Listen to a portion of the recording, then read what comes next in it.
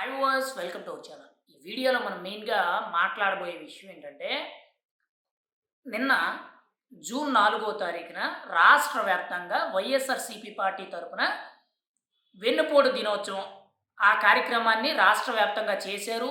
స్థానికంగా ఉన్న కలెక్టర్ ఆఫీసులు, లేదంటే ఎంఆర్ఓ ఆఫీసులు, లేదంటే మండల కార్యదర్శి ఆఫీసులు ఏవైతే ఉంటాయో వాటి దగ్గరికి వెళ్లి వినతి పత్రాలు ఇచ్చారు. పర్యటనలు బాగానే సాగినియి. ముఖ్యంగా ర్యాలీలు బాగానే సాగినియి. కానీ వాళ్ళు మాట్లాడిన మాటలేంటంటే, చాలామంది కూడా ఒక్కొక్కరు ఒక్కొక్క అబద్ధాన్ని చెప్పడం జరిగింది. ముఖ్యంగా పెద్దిరెడ్డి రామచంద్రారెడ్డి గారు ఏం చెప్పారనంటే, 2600 మందికి పైగా కూటమి ప్రభుత్వం కేసులు నమోదు చేసిందంట. అక్రమ అరెస్టు. అందులో దాదాపుగా 500 చిల్లర మంది మీద కేసులు నమోదు చేసి వాళ్ళని అరెస్ట్ చేసిందంట. తర్వాత 390 మందికి పైగా వైఎస్ఆర్‌సీపీ కార్యకర్తల మీద తప్పుడు కేసులు పెట్టి వాళ్ళని చిత్రహింసలు పెట్టిందంట. ఇవి మాజీ మంత్రి పెద్దిరెడ్డి రామచంద్రారెడ్డి గారు చెప్తున్న మాటలు. అవన్నీ కూడా ఎక్కడ జరిగినాయా? లేవా? అనేది వాళ్ళకి తెలుసు, ప్రజలకి తెలుసు, ముఖ్యంగా పోలీస్ వ్యవస్థకి తెలుసు, ఏపీ కూటమి ప్రభుత్వానికి కూడా తెలుసు. ఈయన మాజీ మంత్రిగా పనిచేశారు. అప్పుడు అవే అబద్ధాలు, ఇప్పుడు అవే అబద్ధాలు. అందులో ఎటువంటి సందేహం అయితే లేదు. ఇంకా దాడిశెట్టి రాజా గారు అసలు కూటమి ప్రభుత్వం ఎందుకు అధికారంలోకి వచ్చిందో తెలీదు. కూటమి ప్రభుత్వం ఏం చేస్తుందో తెలీదు. చంద్రబాబు నాయుడు అధికారంలోకి వచ్చాడు గానీ ప్రజల్ని మోసగించాడు. ఒక్క హామీ కూడా నెరవేర్చలేదని చెప్పి దాడిశెట్టి రాజా గారు చెప్తారు. ఇంకోవైపు మాజీ మంత్రి ఆర్‌కే రోజా. ఈవిడ ఏకంగా చెవులో పెద్ద పెద్ద పువ్వులు ఈ పక్కో పువ్వు, ఈ పక్కో పువ్వు పెట్టుకొని ఈవిడేం చెప్తున్నారనంటే, ఈవీఎంల దయ వల్ల గెలిచేశారు. గాలివాల్లో గాలినా కొడుకులందరూ కూడా ఏదో 70,000, 80,000 మెజారిటీతో గెలిచేశారు. అసలు వీళ్ళు గెలిచే మొఖాలేనా అనేటట్టు ఈవీఎం ట్యాంపరింగ్ చేసి గెలిచేశారని చెప్పి ఈవిడ మాట్లాడుతుంది. ఇక్కడ ఆర్‌కే రోజా గారు మాట్లాడిన మాటలు కనీసం ఆవిడ పదవి కోల్పోయి ఇంత స్థాయికి పడిపోయినా కానీ కనీసం ఆవిడలో ఇంతంటే కూడా మార్పు రాలేదు. ఒక రకంగా చెప్పాలంటే మనిషికి, జంతువుకి తేడా లేదు. మనిషిలో అయితే మారిపోతుంది. జంతువులో ఏం మారిపోతుందని చెప్పి చాలామంది అంటుంటా ఉంటారు. అది ఈవిడ విషయంలో చాలా క్లారిటీగా అనిపిస్తుంది. ఈవీఎం ట్యాంపరింగ్ అంటున్నారు. పోనీ ఎక్కడైనా ప్రూవ్ చేశారనంటే లేదు. ఈవీఎం ట్యాంపరింగ్ అనేది జరిగింది. కూటమి ప్రభుత్వం ఈవీఎం ట్యాంపరింగ్ వల్లే గెలిచిందని చెప్పి బల్ల గుద్దినట్టు గొంతు చించుకొని అరుస్తున్నారు కదా! మరి ప్రూవ్ చేయండి.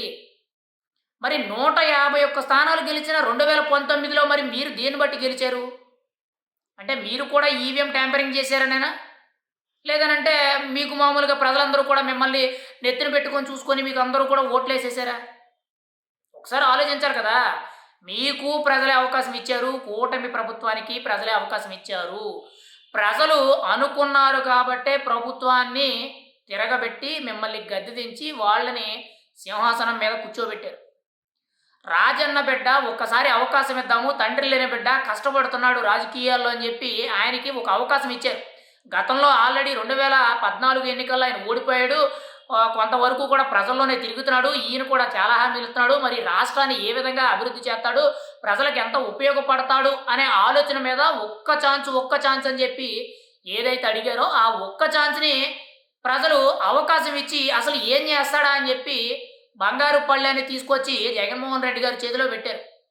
ఆ బంగారు పళ్ళెమైన ఆంధ్రప్రదేశ్ గవర్నమెంట్‌ని మొత్తం కూడా నాశనం చేసి, అప్పుల కుప్ప చేసి, అభివృద్ధి లేకుండా, రోడ్లు లేకుండా, ముఖ్యంగా రాజధాని లేకుండా, పోలవరం పూర్తి చేయలేకుండా, ఇచ్చిన హామీలన్నీ తుంగలో తొక్కి గత 5 ఏళ్ళు పరిపాలన చేశారు. ప్రజలు దాన్ని గుర్తించారు.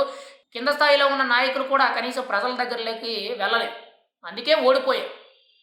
మీరు 151 స్థానాలు గెలిచినప్పుడు ఈవీఎం ట్యాంపరింగ్ కాదు. కూటమి ప్రభుత్వం 164 స్థానాలు గెలిచినప్పుడు మాత్రం ఈవీఎం ప్రభుత్వం. మిమ్మల్ని ప్రజలు ఎలాగైతే గద్దెనెక్కించారో కూటమి ప్రభుత్వాన్ని కూడా అదే విధంగా గద్దెనెక్కించారు. అంతే తప్పితే ఇక్కడ ఈవీఎం ట్యాంపరింగ్ జరిగే ఫలమైతే 175 స్థానాలకి 175 స్థానాలు వై నాట్ 175 అని చెప్పిన జగన్మోహన్ రెడ్డి గారే గెలవాలి. ఎందుకనంటే ఈవీఎం ట్యాంపరింగ్ అనేది జరిగితే జగన్మోహన్ రెడ్డి గారే అధికారంలో ఉన్నారు. చేయగలిగితే ఆయనే ఏదో ఒకటి చేయాలి. అంతే తప్పితే అధికారంలో లేని వాళ్ళు ఏం చేయగలరు? పోనీ ఆయన మాట పక్కన పెడదాం. కేంద్రంలో బీజేపీకి 400 సీట్లు టార్గెట్ పెడితే కేవలం వచ్చినవి 240 చిల్లరొచ్చినాయి. కానీ ఆంధ్రప్రదేశ్‌లో కూటమి ప్రభుత్వం గెలిచిన తర్వాత ఆ సీట్లు, బీహార్‌లో నితీష్ కుమార్ గెలిచిన తర్వాత ఆ సీట్లు కలుపుకుంటే గాని కేంద్రంలో మోడీ గారు మూడోసారి ప్రధానమంత్రి కాలేకపోయారు.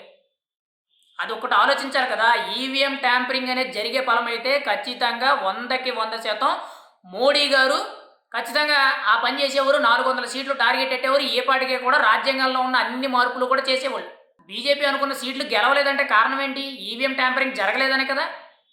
ప్రతిసారి కూడా ఏదో ఒక ఆరోపణలు, ఏదో ఒక ప్రోగ్రామ్ పెట్టాము, ముందుకొచ్చి మాట్లాడామంటే కాదు. కనీసం అర్థం పర్థం అనేది ఉండాలి. మాట్లాడామంటే అది ఎంతవరకు కూడా వాస్తవం, అది ఎంతవరకు నిజం అనేది తెలుసుకొని మాట్లాడాలి. మాజీ మంత్రి ఆర్‌కే రోజా గారు ఈవీఎం ట్యాంపరింగ్ చేసి గెలిచేశారంటున్నారు. కనీసం ఆవిడకి 2019లో గెలిచినప్పుడే 7,000 ఓట్లొచ్చినాయి. అంటే ఆవిడ దరిదాపుగా ఓటమికి దగ్గర ఉన్నారనే కదా! ఆ 7,000 ఓట్లు కూడా కూటమి ప్రభుత్వం రో జనసేన, బీజేపీ వాళ్ళు కలిసేటప్పటికి ఆవిడ ఓడిపోయినట్టు లెక్కే కదా! 2024లో. కనీసం ఆలోచించి మాట్లాడాలి కదా! ఎంతసేపు కూడా ఈవీఎం అనంటే రేపొద్దున మళ్ళీ మీరు గెలుస్తారు. అప్పుడు ఈవీఎం అని అంటారు. మాట్లాడడానికి అర్థం పర్థం అనేది ఉండాలండి. మీరు వెన్నుపోటు దినోత్సవం చేశారు. అసలు వెన్నుపోటు దినోత్సవం మీరు చేసుకోవాలండి. చంద్రబాబు నాయుడు, పవన్ కళ్యాణ్ కూటమి ప్రభుత్వం ప్రజలకు పొడిచింది కాదిది. వెన్నుపోటు దినోత్సవం అంటే జగన్మోహన్ రెడ్డి గారు తల్లికి పొడిచారు, చెల్లికి పొడిచారు, బాబాయికి పొడిచారు. 5 ఏళ్ళు రాష్ట్ర ప్రజలు నమ్ముకొని ఏదైతే ఒక పదవి కల్పిస్తే ఆ పదవికి కూర్చొని రాష్ట్ర ప్రజలందరినీ కూడా అధోగతి పాలు చేసి, రాష్ట్రాన్ని బుగ్గుపాలు చేసి, అప్పులు మయం చేసి వాళ్ళకి పొడిచారు వెన్నుపోటు దినోత్సవం. మీరు వెన్నుపోటు దినోత్సవం అనేది చాలా కరెక్ట్‌గా పెట్టారు. కానీ అది కూటమి ప్రభుత్వానికి వర్తించదు. కేవలం వైఎస్ఆర్‌సీపీ ప్రభుత్వానికి వర్తిస్తుంది. దానికి చిహ్నంగా మీరు ఏదైతే రోజు ఎన్నికల రిజల్ట్ వచ్చి ఓడిపోయారో అదే రోజు చేసుకోవడం అనేది చాలా గొప్ప విషయం. మీ వెన్నుపోటుని మీరే గుర్తించారు. ప్రజలకు తెలుసు ఎవరెలా చేస్తున్నారు, ఎవరెంత మంచి చేస్తున్నారని. గత 5 ఏళ్ళు మీరు చేయలేదు కాబట్టే 151లో తిరిగిన ఫ్యాన్‌ని 11 స్థానాలకు దింపారు. ఇంకా కూడా మీరు మారకపోయి, ఇంకా ఇటువంటి తప్పుడు వార్తలు, తప్పుడు మాటలు లేదంటే మీడియా ముందుకొచ్చి ఏదేదో మాట్లాడడం అనేది 100కి 100% కరెక్ట్ కాదు. రేపొద్దున్న 2029లో అధికారంలోకి రావాలనంటే ఇవే మాటలు మాట్లాడితే ఈసారి 11 కాదు కదా! ఒక్క స్థానం కూడా వచ్చే అవకాశం కూడా ఉండదు.